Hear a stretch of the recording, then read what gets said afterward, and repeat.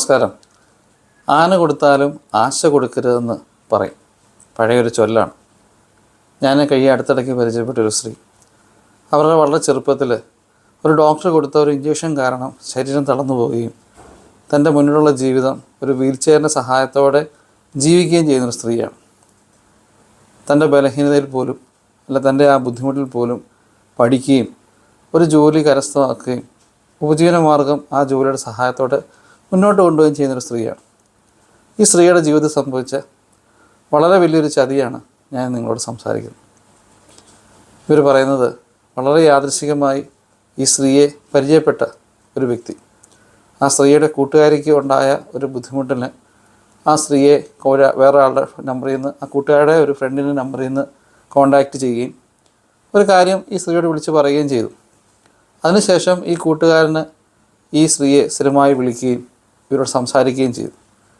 ആദ്യം തന്നെ ഈ സ്ത്രീ പറഞ്ഞു, ഞാനിതുപോലെ വയ്യാതിരിക്കുന്നൊരു സ്ത്രീയാണ്, എനിക്ക് എൻ്റെ ബലഹീനതയൊക്കെ ഇങ്ങനെയൊക്കെയാണെന്ന് പറയുമ്പം ഈ ആളുടെ ഒരു ബന്ധത്തിൽപ്പെട്ട ഒരു ആൻറ്റിക്ക് ഇതേ അവസ്ഥയുണ്ടെന്നും സ്വാഭാവികമായിട്ടും ഇങ്ങനെ ഒരാളെ കാണുമ്പോൾ നമുക്കുണ്ടാകുന്ന ഒരു സിമ്പതി, അതിൻ്റെ പുറത്താണ് ഞാൻ വിളിക്കുന്നതെന്നൊക്കെ ഇയാൾ പറഞ്ഞു. അപ്പം ഇവരൊക്കെ രാവിലെ മെസ്സേജ് അയക്കും, ഉച്ചയ്ക്ക് മെസ്സേജ് അയക്കും, വൈകിട്ട് മെസ്സേജ് അയക്കും, ഒക്കെ ചെയ്യും. അപ്പം ഈ സ്ത്രീയോട് പറഞ്ഞു കഴിഞ്ഞാൽ അവരുടെ ബന്ധത്തിലുള്ള ആൾക്കാരെ വെച്ച് നോക്കുമ്പം അവരുടെ ജീവിതത്തിൽ ആദ്യമായിട്ടാണ് പുറമേ നിന്നൊരു മനുഷ്യൻ ഇത്രയും കെയർ ഇവർക്ക് കൊടുക്കുന്നത്. അപ്പോൾ അവർക്കും വളരെ സന്തോഷം തോന്നി, കാരണം തന്നെ കെയർ ചെയ്യാൻ ഒരാളുണ്ടല്ലോ എന്ന്.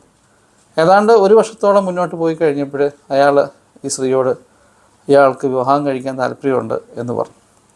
അപ്പോൾ ആ സ്ത്രീ അവളുടെ അമ്മയോട് പറയുകയും അമ്മ പറഞ്ഞു, ഒക്കെ എല്ലാം മനസ്സിലാക്കി വരുന്ന ഒരാളാണെങ്കിൽ കുഴപ്പമൊന്നുമില്ല എന്ന് പറഞ്ഞ് ഇവർക്കും വിവാഹം കഴിക്കുന്നതിന് മറ്റു പ്രശ്നങ്ങളൊന്നുമില്ലല്ലോ എന്ന് പറഞ്ഞു. അങ്ങനെ ഇരിക്കുമ്പോൾ ഇയാൾ ഗൾഫിലേക്ക് ജോലിക്കായിട്ട് പോയി. അപ്പോൾ പറഞ്ഞു, ഒന്ന് വെയിറ്റ് ചെയ്യും, ഞാൻ ഗൾഫിൽ ജോലിക്ക് ശരിയാകട്ടെ എന്ന് പറഞ്ഞ് പോയി. ഈ പോയ മനുഷ്യനിടയ്ക്ക് ഗൾഫിൽ നിന്നൊക്കെ വിളിക്കുകയും എടുക്കുകയൊക്കെ ചെയ്യും. ഇതിനിടയിൽ ഈ സ്ത്രീക്ക് പല രീതിയിലുള്ള ആലോചനകൾ വരുന്നുണ്ട്.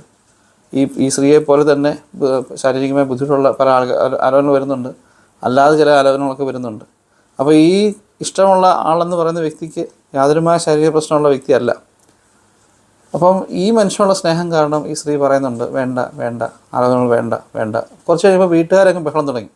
അപ്പോൾ ഇയാളോട് വിവാഹത്തെപ്പറ്റി പറയുമ്പം ഇയാൾ എന്തെങ്കിലുമൊക്കെ ന്യായീകരണങ്ങൾ പറഞ്ഞ് അയാളുടെ ജോലിയുടെ ബുദ്ധിമുട്ടാണെന്നൊക്കെ പറഞ്ഞ് ഒഴിവാക്കി വിടുന്നുണ്ട്.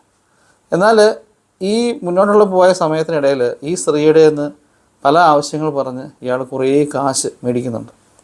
കാരണം ഇയാളുടെ ബുദ്ധിമുട്ടുകൾ പറഞ്ഞിട്ട് ഇയാൾ ചോദിക്കുന്നതല്ല, കാരണം ഇയാളുടെ ബുദ്ധിമുട്ട് പറയുമ്പോൾ ഈ സ്ത്രീയായിട്ട് തന്നെ ചോദിക്കുന്നത്, ഞാൻ സഹായിക്കണോ, ഇവർ ഈ വയ്യാത്ത ആളെന്നൊക്കെ രീതിയിൽ ഇവർക്കൊക്കെ കിട്ടുന്ന ലോണ് മറ്റു കാര്യങ്ങളൊക്കെ ഇയാൾക്ക് എടുത്തു കൊടുത്ത് അവരുടെ പേരിൽ എടുത്തു കൊടുത്ത് എന്നിട്ട് അവരത് അടച്ചുകൊണ്ടിരിക്കുകയാണ് ഈ ലോണൊക്കെ.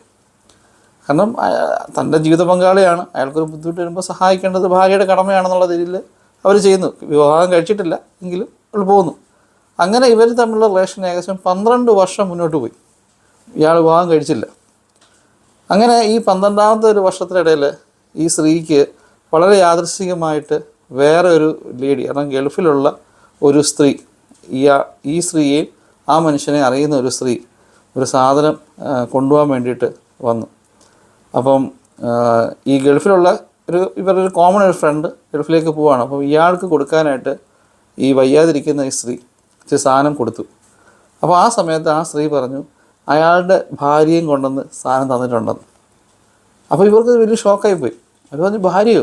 അയാൾക്ക് ഭാര്യയൊന്നുമില്ല, അയാൾ കല്യാണം കഴിച്ചിട്ടില്ല. അപ്പോൾ പറഞ്ഞു, ഇല്ലടി, അവളും കല്യാണം കഴിച്ചാണ്, ഞാൻ കരുതി നീ ഇതൊക്കെ അറിഞ്ഞിട്ടായിരിക്കും നിങ്ങൾ തമ്മിൽ ഒരു നല്ല ഫ്രണ്ടാണെന്നേ കരുതിയുള്ളൂ, അല്ല ഇങ്ങനെയൊക്കെയാണെന്നുള്ളത് എനിക്ക് അറിയില്ല എന്ന് പറഞ്ഞു. എന്നോട് പറഞ്ഞു, ഞാൻ ആത്മഹത്യ ചെയ്താലോ എന്ന് പോലും ആലോചിച്ച് പോയി.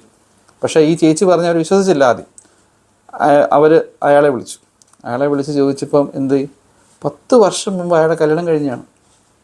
ഈ ഗൾഫിൽ പോയി ആദ്യത്തെ ലീവിനങ്ങോട്ട് വന്ന സമയത്ത് ഇയാളുടെ കല്യാണം കഴിഞ്ഞാണ്. എന്നോട് പറയുന്നത്, കല്യാണത്തിന് തലേ ദിവസം പോലും ഈ സ്ത്രീയെ വിളിച്ച് ഇയാൾ സംസാരിച്ചുകൊണ്ടിരിക്കുകയാണ്. കല്യാണത്തിന് തൊട്ട് തലേ ദിവസം പോലും ഈ സ്ത്രീയെ വിളിച്ച് സംസാരിച്ചുകൊണ്ടിരിക്കുകയാണ്. അങ്ങനെ ഇയാൾ കല്യാണം കഴിച്ചാണെന്ന് മനസ്സിലാക്കുന്നു. ഈ സ്ത്രീ ഭയങ്കരമായിട്ട് കരഞ്ഞ് ബഹളം ഉണ്ടാക്കിയെന്നോട് പറഞ്ഞു.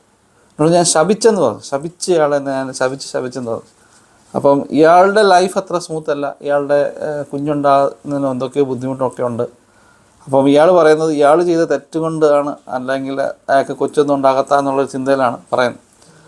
അങ്ങനെ വീണ്ടും ഈ സ്ത്രീയെ ഇയാൾ കോണ്ടാക്ട് ചെയ്യുകയും ഈ സ്ത്രീയുടെ അടുത്ത് ഇയാൾ പിന്നെ വരികയും പൈസയ്ക്കൊക്കെ ആവശ്യം ചോദിക്കുകയും ഇയാളുടെ ഭാര്യയും കൊണ്ട് വരികയും ഭാര്യയും കൊണ്ട് മാപ്പ് പറയുകയും ഒക്കെ ചെയ്തു. എന്നോട് പറഞ്ഞു അയാൾ പൈസ മേടിച്ച് കുറച്ചൊക്കെ തിരിച്ചു തന്നിട്ടുണ്ട്, ഇനിയും തരാനുണ്ട്.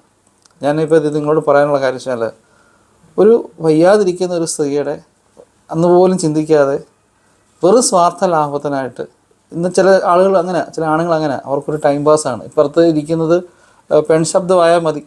ഇപ്പം നമ്മൾ കസ്റ്റമർ കെയറിലൊക്കെ വിളിച്ച് സംസാരിക്കുന്നു, അല്ലെങ്കിൽ ആർട്ടിഫിഷ്യൽ ഇൻ്റലിജൻസ് വിളിച്ച് സംസാരിക്കുന്ന പോലെ ഇപ്പുറത്തിരിക്കുന്ന പെൺശബ്ദം മതി, സന്തോഷമാണ്.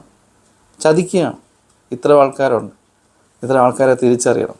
ജീവിതം നിങ്ങൾ നശിപ്പിച്ച് കളയരുത്.